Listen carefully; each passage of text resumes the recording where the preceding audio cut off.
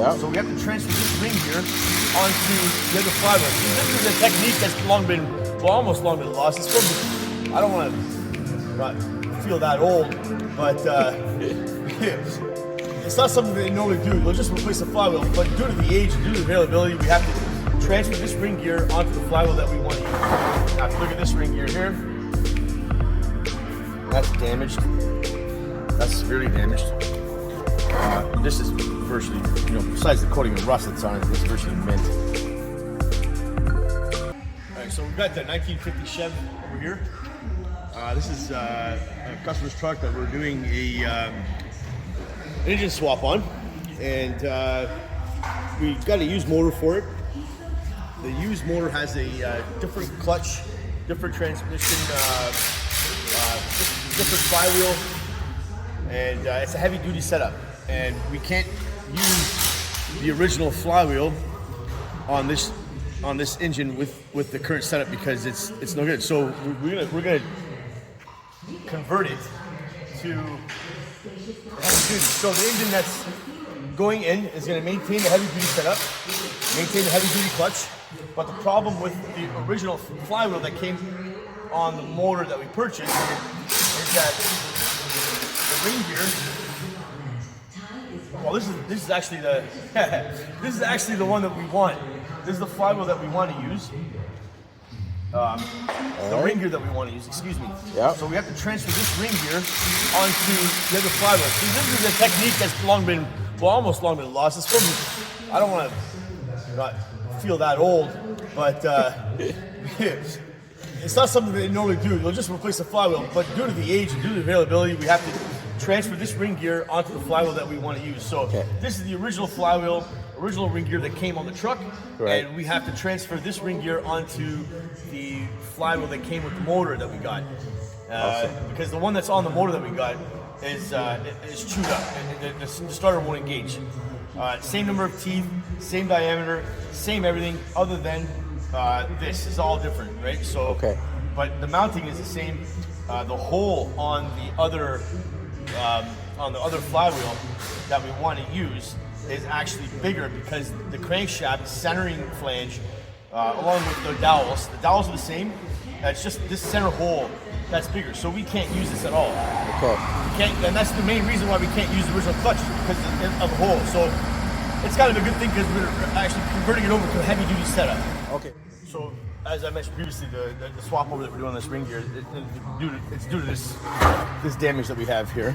Number one, we have to swap the ring gear from this original flywheel to the new flywheel. When I say new, I mean new to this truck, because this came out of a 49, the truck is a 50, and the subtle differences. The main reason we have to do this is, number one, because of availability. But if you look at the size of the center holes, this one's larger than this. The new engine has a larger flange on the back of the crankshaft, and we can't use this just because of that. And there's no way we're going to machine this out. So we're just going to use this. It's actually in really good shape. We're going to put a slight refinish on this. There's really no need to put it to a machine and machine it off. It would be ideal, but we're just going to reuse the old clutch and everything else. So flywheels. Now, if you look at this ring gear here, that's damaged. That's severely damaged. This is virtually, besides the coating of rust that's on it, it's virtually mint. So.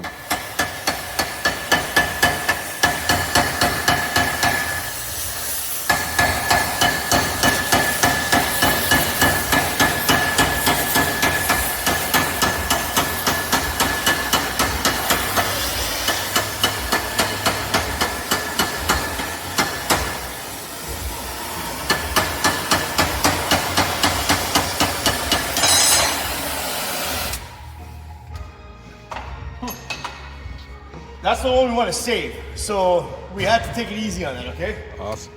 All right. Gentle is better.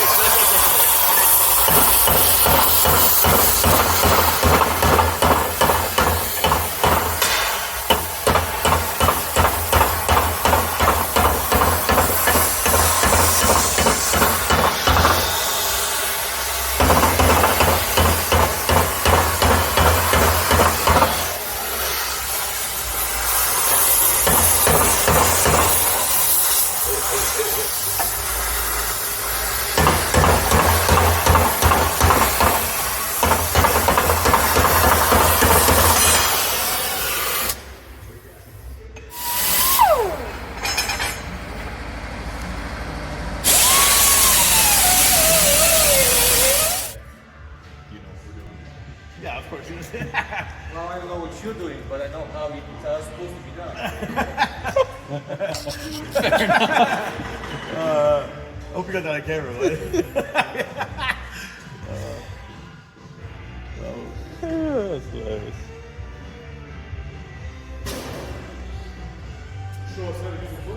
Here's something for your eyes. Here's something for your eyes. Here's another pair of torch glasses here. You got a pair of sunglasses? Somebody got sunglasses? Yeah. You're cool, man. You want some too? Just how to use a torch shoot. You sure? Yeah. I got an extra. All right, I'll take them.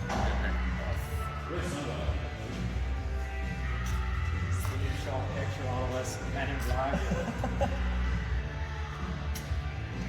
They're not spectacular. They're not. Probably they're not the right ones, but if it's better than nothing, You see what's on my face? those are at least shaded. I don't think those are. They have tint to them, but I don't think it's at all any sort of welding shade or any sort of grinding shade.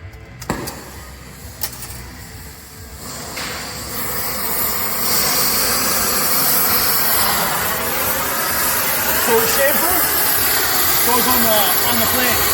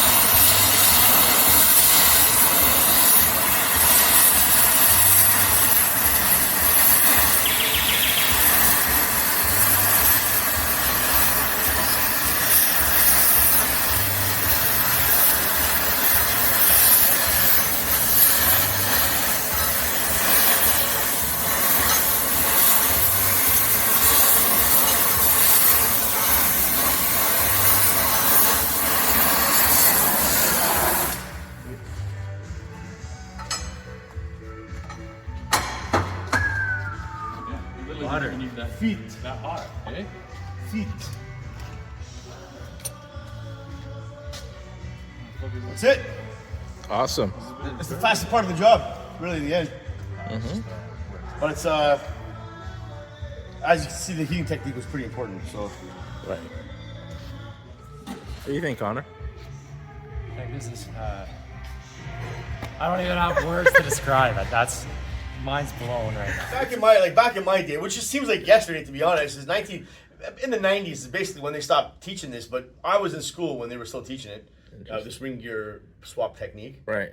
And, it's something alien to guys that are born like 2005 and any 18, 19-year-olds, or it's like, Connor, he's 25, and he was like, this is mind-blowing. That's right. right. Mine is blown, so I was like, I just heated up a piece of steel and expanded it, and we're putting it on. Right?